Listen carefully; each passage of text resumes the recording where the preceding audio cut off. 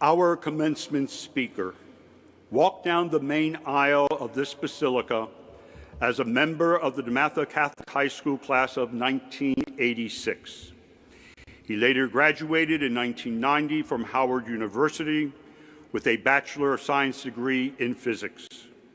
He also holds both a Master and a Doctorate of Education from the University of Massachusetts at Amherst. Deacon Turner is a native Washingtonian who was ordained as a permanent deacon for the Archdiocese of Washington in June of 2008 and is assigned to St. Mark the Evangelist Parish in Hyattsville. Deacon Turner is also the principal of St. Francis Academy in Baltimore, Maryland, founded in 1828 by Mother Mary Lang, the foundress of the Oblate Sisters of Providence. They are the first community of religious sisters in the Catholic Church of African American heritage. It is also the oldest continually operating Catholic school within the boundaries of the Archdiocese of Baltimore. Its original mission was, and I quote, to teach the children of slaves to read the Bible, end quote. Now, St. Francis Academy is a small college preparatory high school still owned and operated by the Oblate Sisters of Providence. Deacon Turner has served on several educational boards and advisory committees. Most notably, he was the first African-American president of the Board of Trustees of the Middle States Association of Schools and Colleges. In that capacity, he has led accreditation teams to several schools throughout the Middle Atlantic region of the United States, Europe, and the Middle East. Deacon Turner is passionate about Catholic education. In 2007, he earned the Archdiocese of Baltimore's Doris Musall Award for Catholic Educational Leadership, the highest education award given by the Archdiocese of Baltimore. Deacon Turner is frequently sought out to lead retreats and speak on topics of Catholic school identity and personal spiritual development. Since July 2016, Deacon Turner is a member of the first board of directors of DeMatha Catholic High School. He is married and lives in Columbia, Maryland, with his wife of 21 years, Dr. Tara P. Turner. DeMatha class of 2017, ladies and gentlemen, Deacon Curtis Turner, DeMatha class of 1986. Did I get that all together?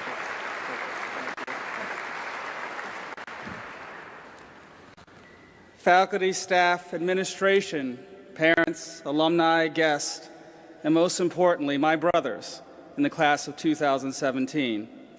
I want to thank you for giving me the honor to address you on the day of your graduation from our beloved alma mater. First of all, let me apologize. You see, this is how I got the invitation. Father James contacted me and said the following, quote, Dr. McMahon and I were discussing a graduation speaker, and your name came up. We realized that you are an alum, a member of the board of directors, and a high school educator. You know DeMatha, and you know how to talk to young people. So we thought, we don't need anyone famous, we could just ask you.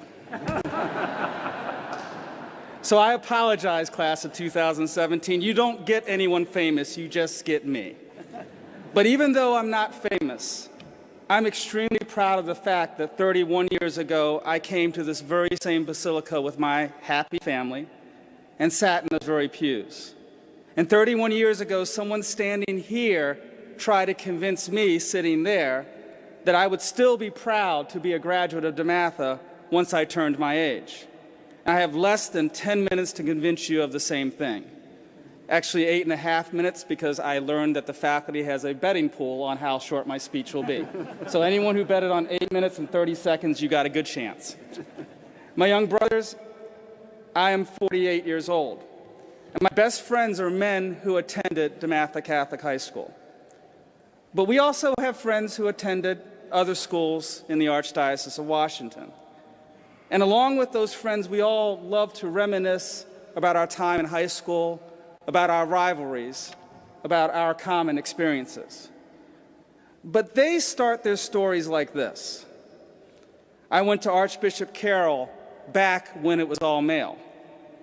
I went to St. John's back when it was a military academy. I went to Good Counsel back when it was located in Wheaton. And sadly, I even heard this once. I went to Gonzaga back when African Americans were not allowed to attend. You know how my stories begin? I went to DeMatha. I went to DeMatha. Those 4 words say it all. If you can say those 4 words, you are part of a strong, loyal, dedicated brotherhood of scholars and gentlemen. If you can say those 4 words, you have an instant brother in someone who graduated last year, last decade, 31 years ago, or even today. If you can say those 4 words, you have a bond that few others can understand. There are some famous people who can say those 4 words. There are many successful people who can say those 4 words. Over 1/3 of your teachers who are sitting behind me now can say those 4 words. At least 6 active priests and 2 active deacons can say those 4 words. There are professional athletes, world-class musicians, first responders, military veterans, and small business owners who can say those 4 words. And in a few moments, you too will be able to say those 4 words. I hope that for the rest of your life, you say them with pride. I hope that you thank God that you are able to say those 4 words. I hope that you are able to thank your parents and family who paid the tuition, allowing you to say those 4 words.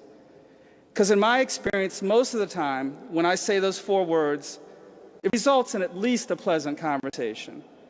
But other times, those 4 words have changed my life. Let me give you an example of the latter. When I graduated from college, I was cutting my mother's grass. My father died when I was very young, and I'm an only child. So I take care of her. And I was about to move away from the area for an undetermined amount of time. And 2 young DeMatha students, still in their school uniform, just getting off the bus on their way home, walked by and just greeted me with a polite good afternoon. Of course, I proudly said those 4 words, I went to DeMatha. They stopped and talked to me for a while. They lived in a neighborhood, and I jokingly said, hey, can you keep an eye on my mother while I'm gone? And they replied, yes, sir. I returned 8 months later to discover that those young men knocked on my mother's door almost daily just to make sure she was okay. They even cut her grass and would not accept payment. My mother said they accepted plenty of food, but no money. They eventually called her mom. I was their brother, and they were mine because I went to DeMatha. That is and remains my impression of my alma mater. Nonetheless, I took some time a few weeks ago to meet with about 6 of your classmates. I met with them because I wanted to make sure before delivering the speech that the brotherhood I knew still existed today. And this is what I learned. At least 5 of the people who taught you, maybe more, also taught me. Mr. Roper, Mr. Carroll, Mr. Marcheski, Mr. Shafali among them. Mr. Messier, who was responsible for almost every detention I ever had at DeMatha.